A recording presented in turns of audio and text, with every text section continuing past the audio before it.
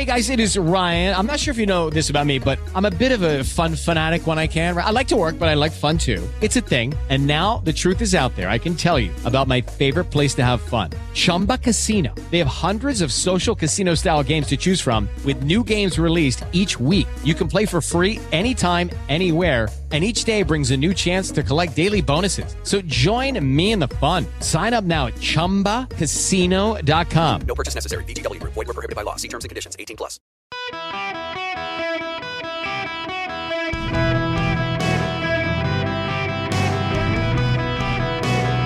Welcome to the Eric Erickson Show podcast, Hour 2. Hello, America. Welcome. It is Eric Erickson here across the United States of America. I hope wherever you are on the fruited plain, you're doing well. The phone number is 877-973-7425 if you want to be on the show.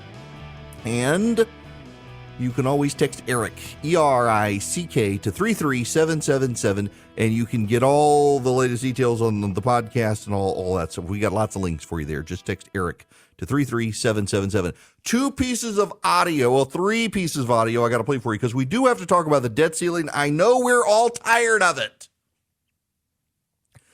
We all want them to move on, but there are issues. You do need to know about the issues.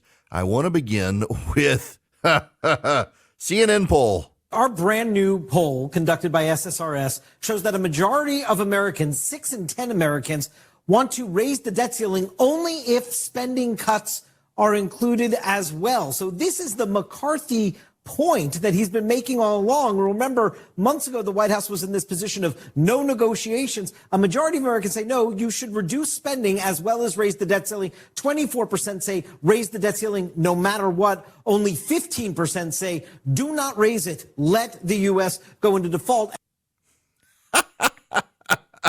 Wait, the CNN poll agrees with Kevin McCarthy's way. It turns out CNN's not the only poll that shows this, that people want spending cuts. Here's my friend, Congressman Chip Roy. But if the speaker does compromise with the president, you're not going to vote for that compromise package. Is that correct? Yeah, look, I don't like negotiating in the press. I don't like drawing red lines. Speaker McCarthy has done a great job over the last several months uniting this conference. We're united for the American people. I think the bill that we passed is a good bill. I think we actually should go further. I think we should add HB2. We need to secure the border. But look, we'll sit down and talk to anybody so long as it's a responsible plan. But I don't want to negotiate against ourselves. We've done our part of the job. Done our part of the job. And you've got the former Obama Treasury Secretary. That's right. The former Obama Treasury Secretary saying this. It's a bad thing if the rating agencies downgrade the U.S. debt. It triggers some questions as to who can and can't invest in treasuries. And just in terms of the role of the United States and the U.S. economy in the world, it is an unforced error. It's something that we would have done to ourselves that our adversaries couldn't do to us. And I think it's just in the interest of our strength in the world to avoid that, which is why I think it's good that the sides are talking, but they have to be careful and not to go across the line. Republicans can't think, because this is so important, that will all of a sudden mean that Democrats can concede on issues that are just matters of real principle. Likewise, I think Democrats are going to have to accept levels of spending reduction, that might be challenging. The numbers that are in circulation are going to be much smaller than the House bill. They can't have their eye on saving $3.5 or $4 trillion. I think the question is, what can they agree to in the next couple of years so that we don't end up with a crisis? They're going to have to cut spending, the Democrats. So that's from the Obama administration. Democrats are not happy about that talking point today, that they're going to have to find some way to make cuts with the Republicans. Where the Democrats and Republicans are today, negotiators are negotiating. And they are largely moving towards agreements to freeze future spending. But the question is on where to set the current line. Do we do an increase and hold it? Republicans don't want to do an increase. They essentially want to freeze things now. This is from Politico, and this is notable. Biden world believes the press corps is botching the coverage of the debt ceiling fight. White House officials groan that reporters are not framing the debate as one in which Republicans are using the debt ceiling and the possibility of economic catastrophe to force policy concessions. They're frustrated that the press corps isn't calling out House Speaker Kevin McCarthy for treating the idea that he'd stop the country from plunging into recession as some sort of compromise. They say reporters aren't making it clear that raising the debt limit does not equal authorizing new spending. Complaints about press coverage are nothing new, nor is the Biden White House an infrequent participant in the practice. Officials there have long taken issue with the media coverage, expressing frustration that reporters are overly invested in palace intrigue and horse race politics. But the coverage of the debt ceiling, those officials say, is a different breed, both because the stakes are so incredibly high and because, as they see it, the spin is so obvious. Back to you, CNN. Our brand new poll conducted by SSRS shows that a majority of Americans, 6 in 10 Americans, want to raise the debt ceiling only if spending cuts are included as well. So this is the McCarthy point that he's been making all along. The McCarthy point he's been making all along. Listen, this White House has had this pattern of belly aching about the press when it turns against them. I don't recall, and I know it happened, but I don't recall the Obama White House whining as much as the Biden White House. My gosh, on a daily basis, they've got MSNBC and the New York Times and all of them fluffing them up. And when it doesn't go their way once, they're like, it's not fair. It's not fair. They're being mean to me. Really? Dude, they've been covering for your mental incompetence since you started campaigning for president, and you're upset that they're not going your way on the debt ceiling? They're not going your way on the debt ceiling because even members of the media understand you got to cut something. It is remarkable how these progressives show up regularly to essentially rough up the ref. And the ref tends to give them their way on everything. It's like Tom Brady complaining about the referees in a game when he was on the Patriots. He kind of knew they were on the side of the Patriots to begin with more often than not. To complain about it is ridiculous. I mean, what a bunch of what this is like the Trump team right now is they've confused whining and winning. You've got Doug Mastriano, you got Kerry Lake, some of the biggest losers in American politics in the past couple of years, coming out on Team Trump, all the losers supporting Trump, and they're whining instead of winning, and they claim that they're winning, but they're actually whining. And the Biden White House is doing the same thing on the debt ceiling. They are whining because the press, for the rare moment they're not covering for Joe Biden's mental decline, are actually noting that the White House doesn't have a plan. They miscalculated. They bungled it. And so now they got to scream, get back in line, get back on the talking points. It's hard to get on the talking points when the Democrats are fixated on this 14th Amendment option. That's not an option. I mean, we got Ezra Klein in the New York Times saying, guys, this isn't a thing. And they're mad at him for saying it's not a thing. And they're still like, we got to do the 14th Amendment. What is the 14th Amendment? Well, we're going to say it means the president now has the power of the purse. But does he? It's never been done before. Well, we've divined that it does. Why aren't you going along with us? By the way, the White House now thinks that the Democrats may have to be called in to help Kevin McCarthy get something passed because Matt Gaetz and others may block it. White House aides privately estimate they may need to deliver as many as 100 Democratic votes to ensure an eventual debt limit deal can pass. The informal projection is driven by lingering doubts among Biden officials over Kevin McCarthy's ability to convince the vast majority of Republicans to back a bipartisan agreement, and the expectation that dozens of the GOP's most conservative members are poised to rebel. The realization that the party might need to supply a sizable percentage of the House votes to avert an economically disastrous default has increasingly shaped the White House's negotiating strategy.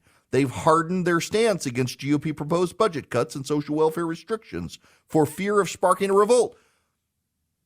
You got this? This is their counter spin, and they're using the press that they say isn't going along with them to advance this narrative that the Democrats are the ones who are going to have to raise the debt ceiling because the Republicans won't. The Republicans already raised the debt ceiling. The Republicans already raised the debt ceiling. Democrats have not yet voted to raise the debt ceiling.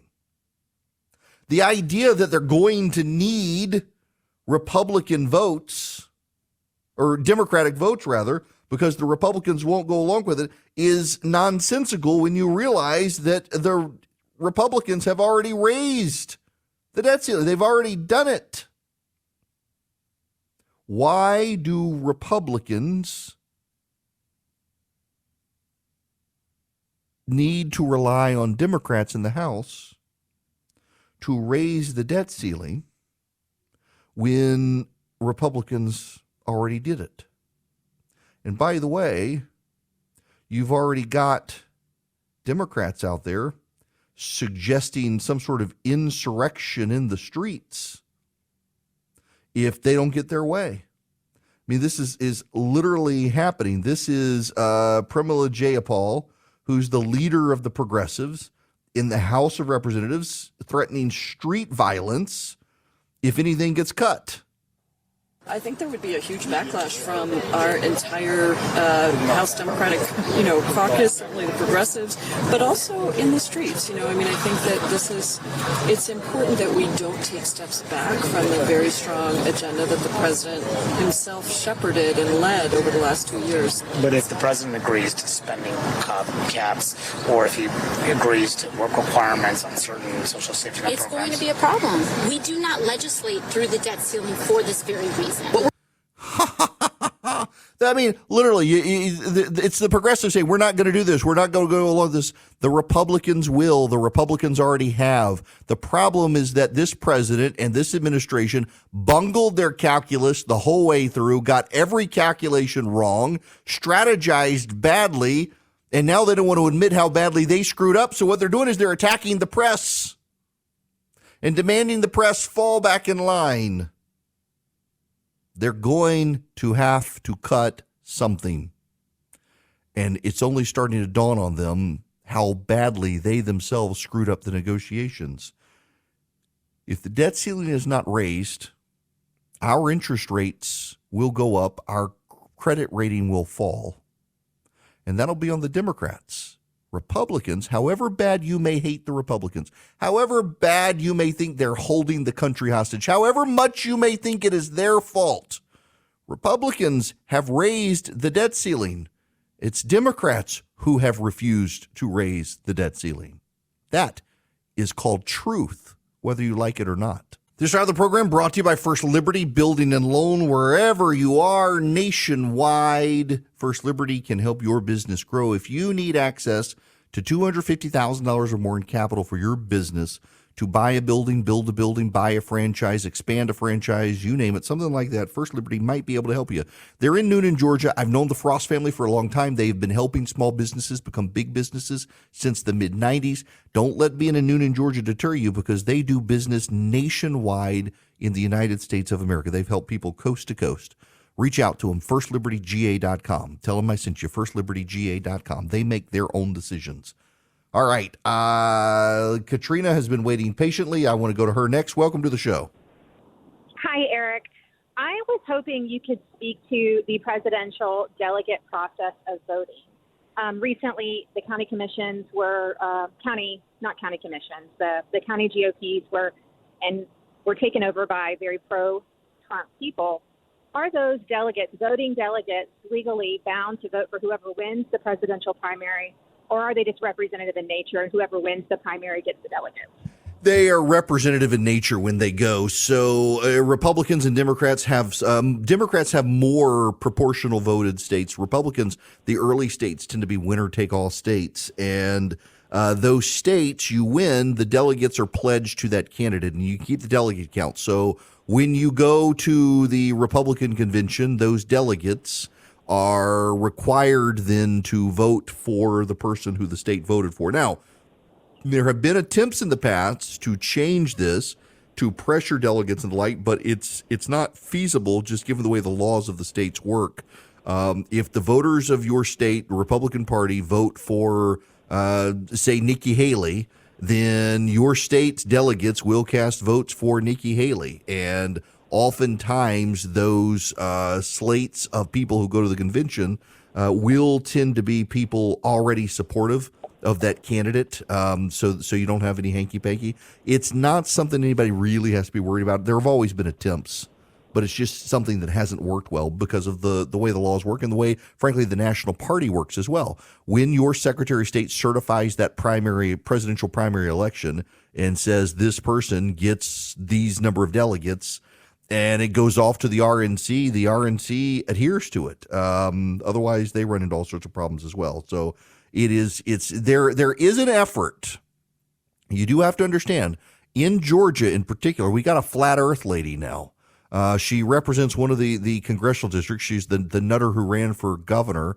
There's this big war in Georgia, the GOP versus the nuts. And the nuts have taken over the GOP, including this woman who this video came out the other day of her in favor of believing that the world is flat. You know, we should disabuse ourselves of the notion that only the left has lost its mind with this transgender stuff. You got people on the right who believe the world is flat. Never mind, we've been in outer space. We can look back. It is round. And I know some people don't even believe that.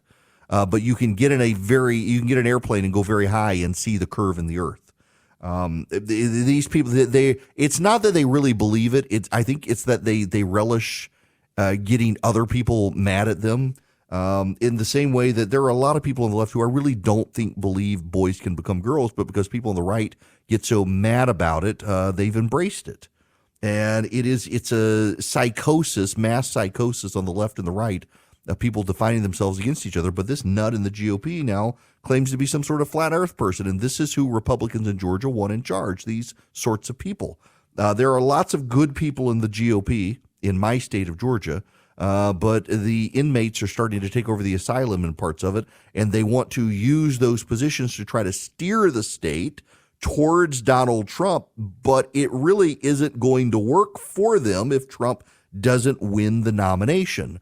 Where it comes in handy for them is they can make a state winner take all, so that if Trump wins the state, he gets all the delegates, even though he only won with 40%. You have this mass plurality of people beneath him.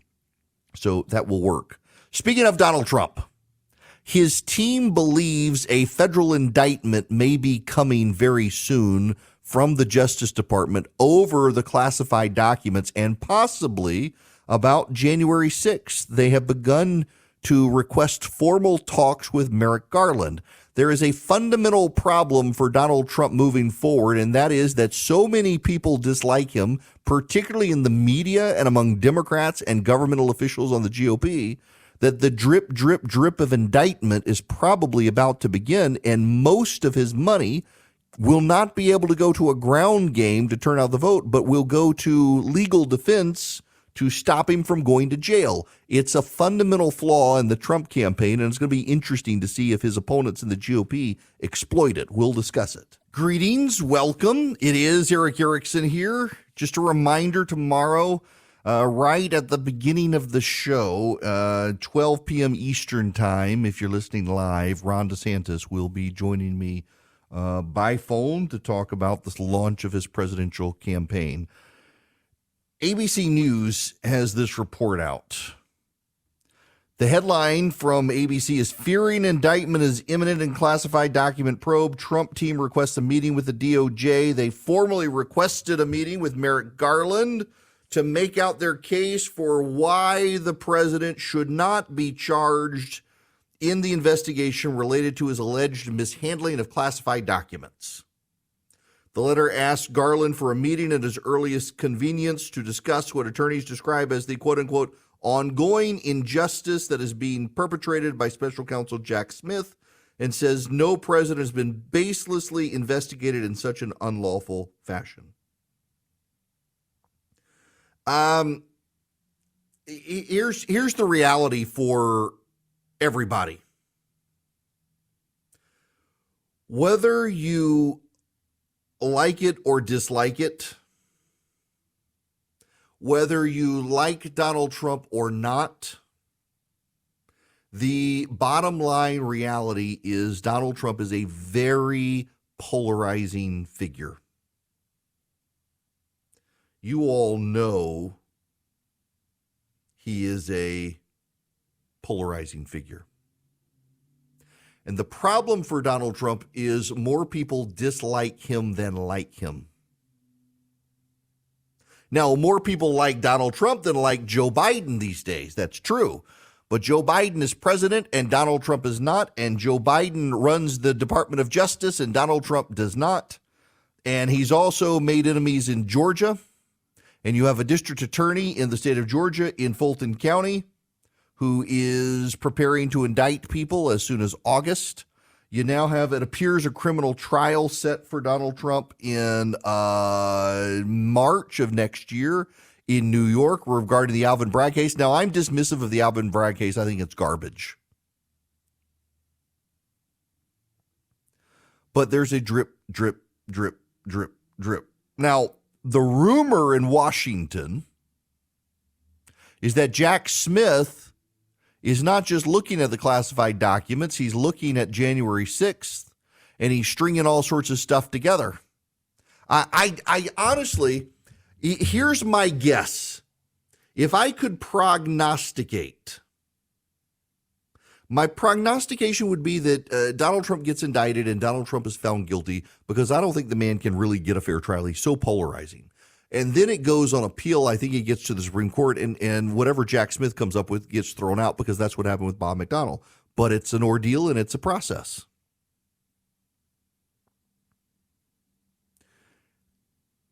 And the problem for Donald Trump, it's a problem for a lot of his supporters.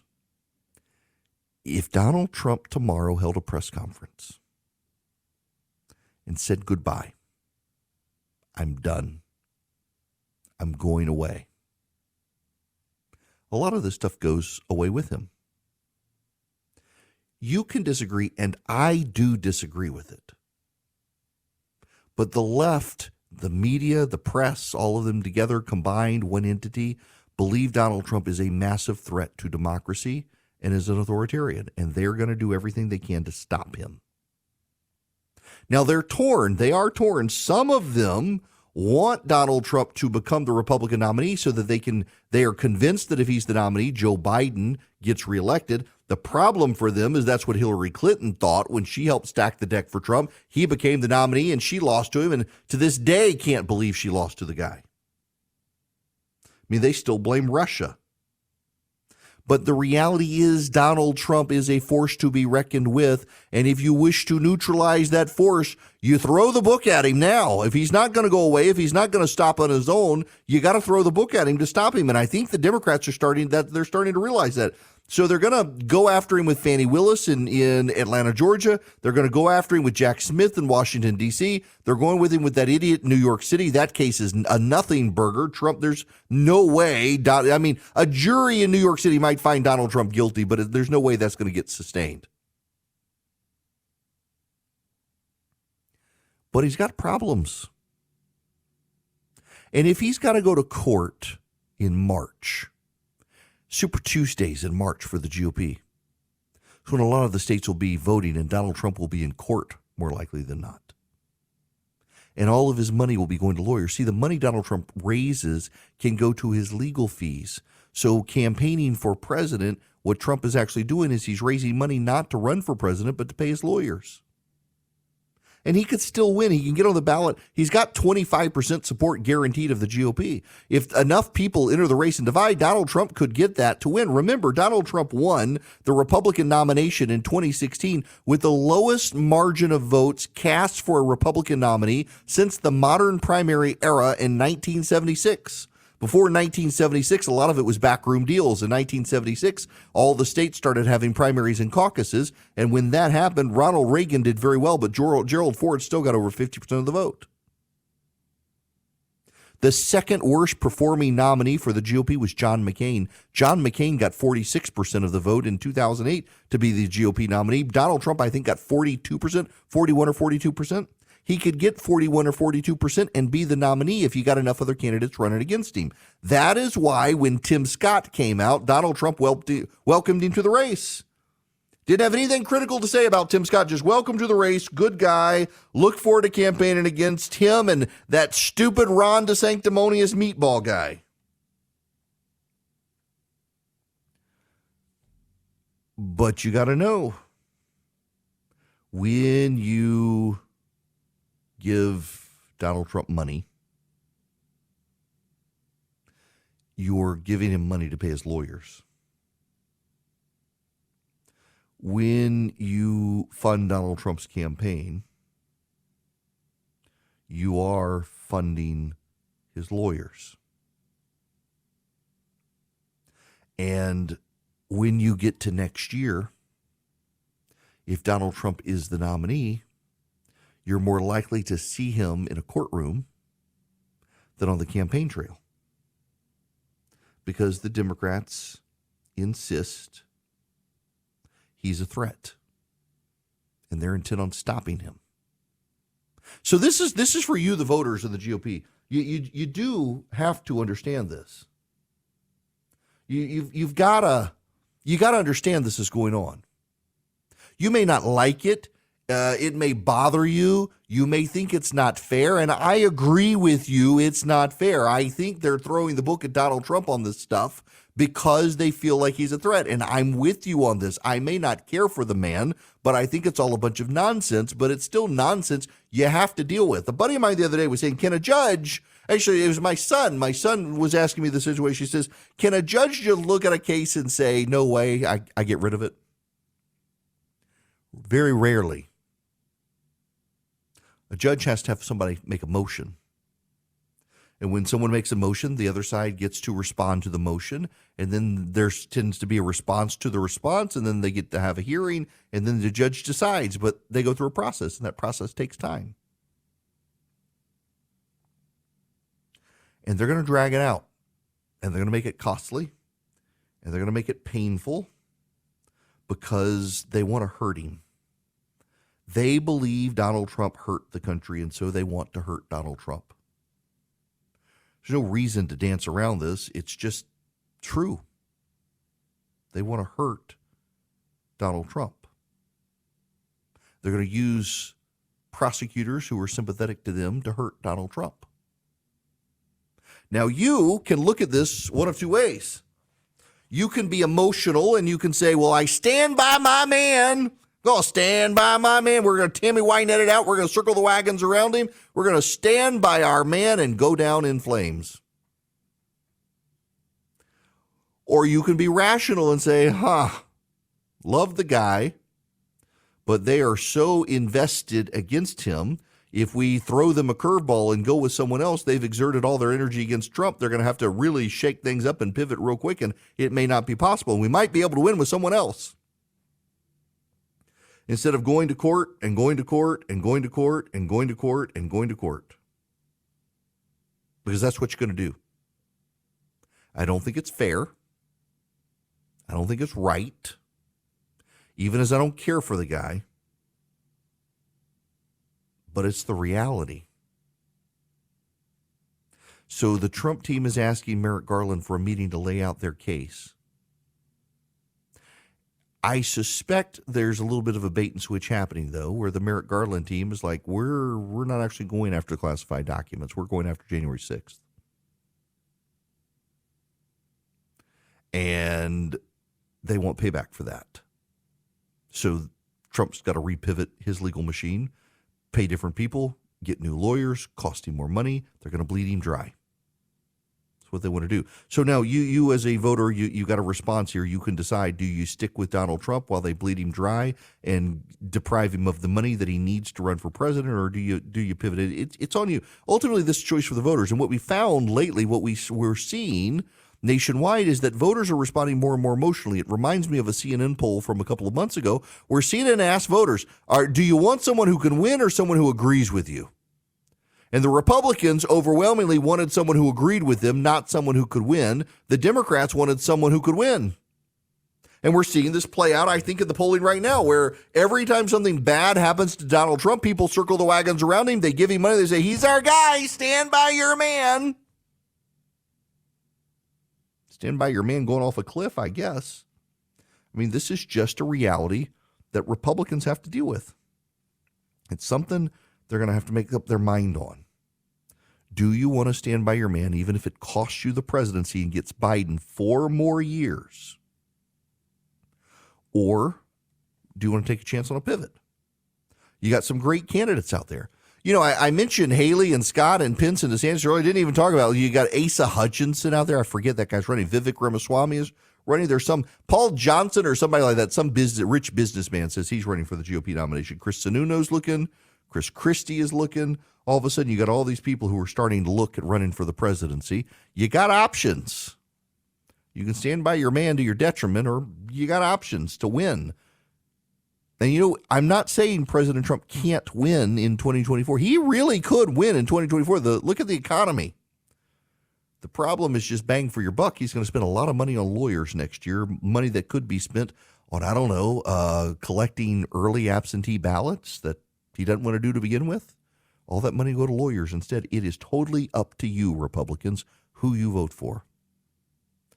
It is also up to you on whether or not you go to a big box store to buy a computer off the shelf that's already made and you can't change it, or do you use a company like Vision Computer where you can customize a computer just for you, for your kid, for your family, for your business.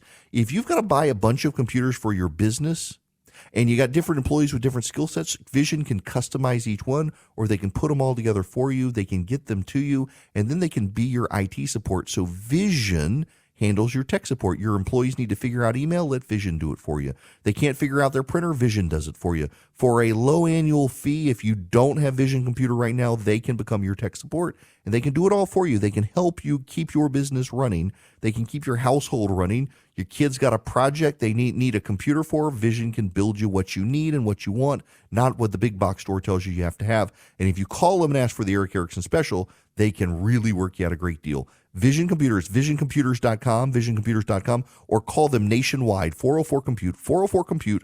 Call Vision Computers. Let them be your in-house IT department. Have them build your computers, get you your computers, set your computers up for you, and keep your computers going for you so you don't have to worry about that. Less downtime, more business. Visioncomputers.com, 404-COMPUTE. Have you guys heard about this crazy story? Shalene Rodriguez.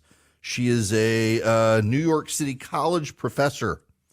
She cursed out anti-abortion students. A New York Post reporter asked her questions. She held a machete to the reporter's neck. Shalene Rodriguez spewed the menacing remarks that she was going to chop up a New York Post reporter when the Post knocked on the door of her Bronx apartment. A day after she made headlines for flipping out on pro-life students at Hunter College. Get the F away from my door or I'm going to chop you up with this machete, the manic adjunct art professor shouted from behind her closed door just moments after veteran reporter Reuven Fenton identified himself. Seconds later, she barged out and alarmingly put the blade on the reporter's neck. My goodness.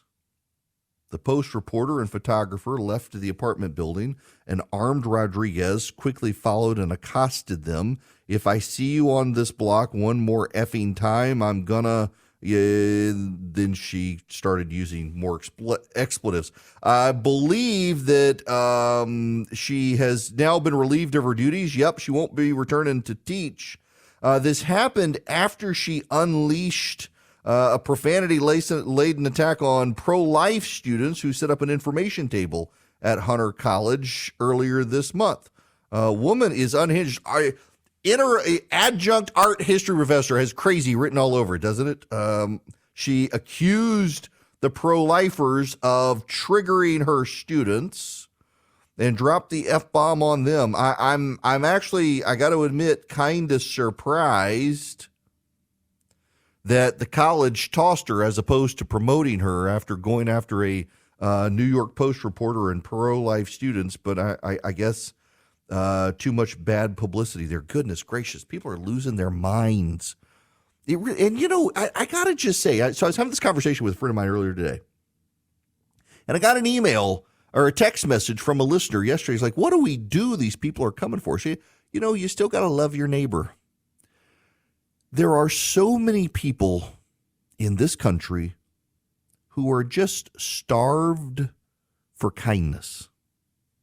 And when you got to acknowledge, when you look at the left, these are some angry people.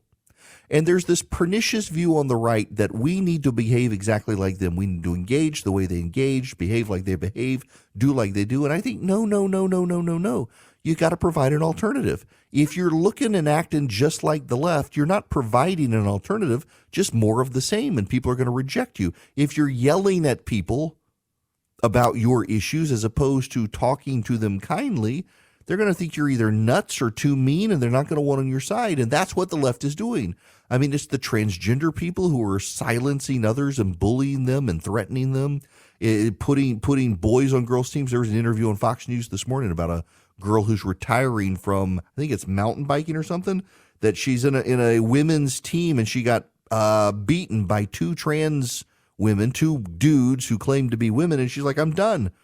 If I speak out about it, I'm going to lose all my sponsors, so I might as well quit because corporate America is so involved in this stuff. All you've got to do is be kind, and smile, and not yell. People want that, and you can win the argument just by not acting like the left. Spring? Is that you? Warmer temps mean new Allbirds styles. Meet the Super Light Collection, the lightest ever shoes from Allbirds, now in fresh colors. These must-have travel shoes have a lighter-than-air feel and barely-there fit that made them the most packable shoes ever. That means more comfort and less baggage. Try the Super Light Tree Runner with a cushy foam midsole and breathable eucalyptus fiber upper. Plus, they're comfy right out of the box. So what can you do in a super light shoe? What can't you do is the better question. And because they're super packable, the real question is, where are you taking them? Experience how Allbirds redefines comfort. Visit allbirds.com and use code SUPER24 for a free pair of socks with a purchase of $48 or more. That's ALLBIRDS.com. Code SUPER24.